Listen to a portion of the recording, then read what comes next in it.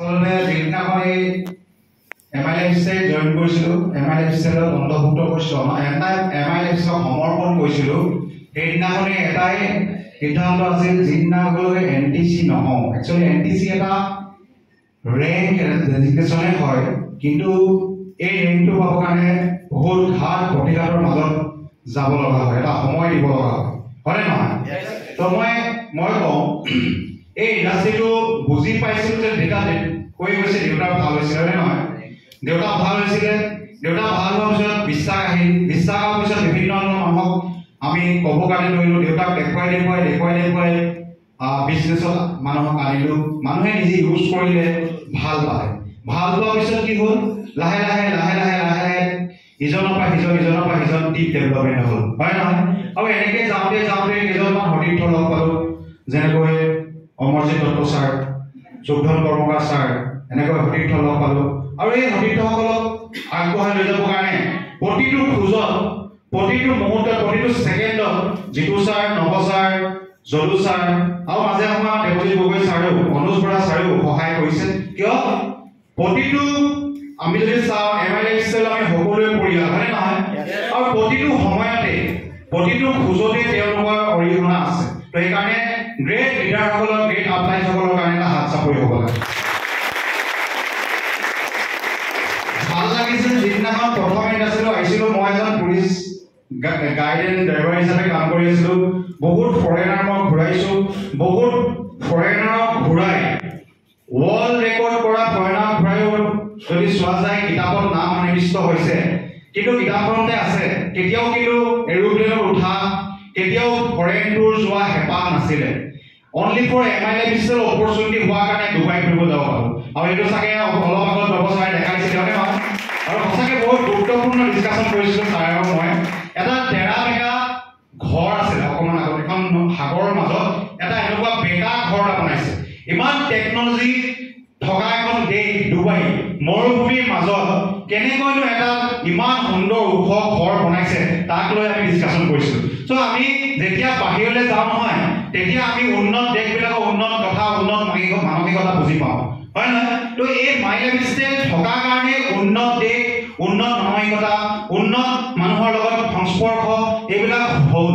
আৰু হোৱাৰ বিনিময়ত আজি আমি কেতিয়াও বিচলিত হোৱা নাই। বহুত মানুহে আহিছে, বহুত মানুহ গৈছে, বহুত মানুহ আহিছে, বহুত মানুহে নিগেটিভ হৈছে, বহুতে আমাক নিগেটিভ কৰিবলৈ ষ্টাৰ্ট কৰিছে।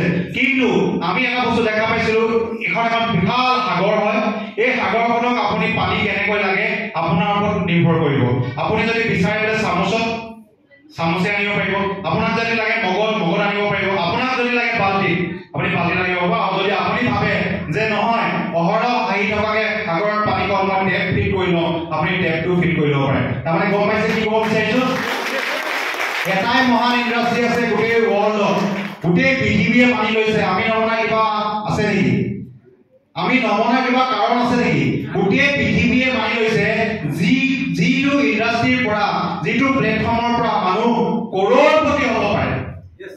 আমি আজি মানুহ জন্ম হোৱাৰ পিছত এটা ইউথ হোৱাৰ পিছত কি বিচাৰোঁ? ভাত মুঠি যোগাৰ কৰিব বিচাৰোঁ, হয়নে? সেইটো যেনেকৈ হাজিৰা কৰিলেও হৈ যায়।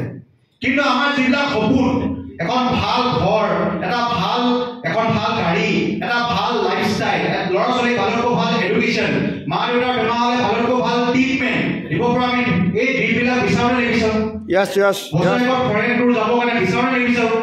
আমি সাধাৰণ হাজিৰা কৰিলে বা এটা সাধাৰণ চাকৰি কৰিলে এইটো সম্ভৱ হয়নে? নহয়, কেতিয়াও নহয়। আমি ব্যৱসায় কৰিব লাগিব।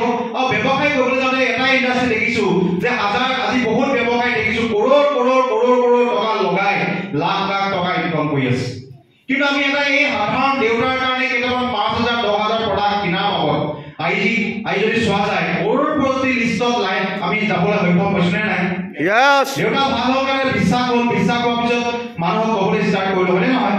তো এইটো এটা ইণ্ডাষ্ট্ৰী হয়, যিটো ইণ্ডাষ্ট্ৰী য'ত আমি যদি চাওঁ এখন স্কুল, য'ত আমি যদি চাওঁ এই ইণ্ডাষ্ট্ৰীটোৰ স্কুলখন, যিখন RTP আমি ছাৰে প্ৰথমতে কৈছে, এই RTPটোৰ পৰাই এইসকল কৰোড়পতি জন্ম হৈছে। তো আজি মই যিদিনাৰ পৰা ইণ্ডাষ্ট্ৰীটোত এণ্ট্ৰি মাৰিছিলোঁ, যিদিনাৰ পৰা জইনিং কৰিছিলোঁ, প্ৰথম অকলে আহিছোঁ, আজি টিম লৈ আহিছোঁ, আৰু এই আহোঁতে শিকোঁতে প্ৰতি 3 মাহৰ 4 মাহৰ এটা RTP মিছ নাই ক'ব ক'ব নোৱাৰে কোনো এজন লিডাৰে যে বিদ্যুৎ বিকাশ গগৈ কোনো অজুহাত দেখাইছে না কিবা পৰিয়ালৰ অজুহাত দেখাইছে একো অজুহাত দেখুওৱা নাই একদিন অজুহাত নেদেখাই প্ৰতিটো আৰটিপিত মই ইয়াত আহি আছো আৰু প্ৰতিটো আৰটিপিত অহাৰ কাৰণে মই ছাকচেছ বুলিবলৈ সক্ষম হৈছো বহুত মানুহে কয় যে 10টা 11টা আৰটিপি আহিলে এনটিচি হয় ডেফিনেটলি 11টা আৰটিপি আজি 12 নম্বৰ আৰটিপি থিয় দিছো আৰু 11টা আৰটিপি কমপ্লিট কৰাৰ পিছত মই এনটিচি হৈছো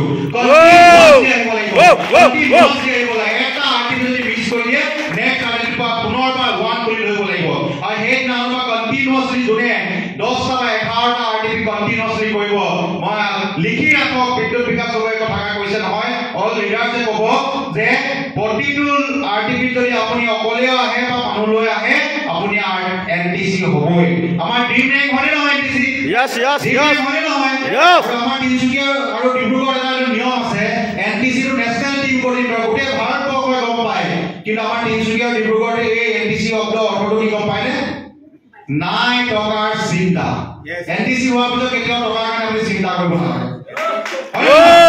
হয় নহয় তো সব এখন স্কুল হয় আৰু এই স্কুলখনত যেতিয়া দিনখন সমৰ্পণ কৰিলো আমি এখন স্কুলত যেতিয়া আমি এডমিশন লওঁ ক্লাছ কৰিবলৈ যাওঁ নে যাওঁ ক্লাছ আমাৰ ক'ত হয় দেওবাৰে সেমিনাৰ আমাৰ ক্লাছ হয় হয় নহয় এই আৰটিপি যে 4 মাহ 3 মাহৰ মূৰে আমি আহো এইটো কি হয় গম পায় এইটো এক্সাম হয় 3 মহীয়া এক্সাম 6 মহীয়া এক্সাম মানে 7 মহীয়া এক্সাম 9 মহীয়া এক্সাম তাৰপিছত আকৌ বছৰীয়া এক্সাম হয় না এই এক্সাম কিটা গলেহে 1 2 কে পাস কৰি মেট্ৰিক পাস কৰিব পাৰে পাৰে নহয় এতিয়া আমি যদি এক্সামলৈ নাহো পাস কৰিব পাৰি না এতিয়া ইয়াৰ 50% মানুহ নেক্সট এক্সাম দিবলৈ নাহে লিখি ৰাখক 50% মানুহ নেক্সট এক্সামত तमाम অজুহাত দেখাব হৈ আছে আগতে এটা আৰটিপি যদি চোৱা যায় নহয় মানুহ আমি বেলেগ হোটেলত ৰাখিবলগীয়া হয় এতিয়া অজুহাত দেখাই আছে কাৰ কাৰণে অজুহাত নিজৰ অজুহাত কাৰ সপোন ফুলফিল নহব জিগ্ৰু ছাৰ ফুলফিল নহব নৱ ছাৰ ফুলফিল নহব দেৱজিৎ ছাৰ ফুলফিল নহব মোৰ ফুলফিল নহব এইজন মানুহ যিজন নাহিলে তেওঁ সপোন ফুলফিল নহব কাৰ নহব বাৰু কাৰ নহব যিজন নাহিলে বিজনেছটো কাৰ নিজৰ বিজনেছ তেতিয়ালে স্কুল নিজে যাব লাগিব স্কুলত নিজে শিকিব লাগিব পৰীক্ষা নিজে দিব লাগিব তেতিয়াহে পাছ কৰিব পাৰিব হয় নহয় So ইয়াৰ পিছত সুন্দৰ সেশন হ'ব কাৰণে গৈ আছো মই সদায় লগ পাই থাকিম ইমানখিনি কৈ মই সমষ্টি সামৰিছো যে হ'ল যে মাই লাইফ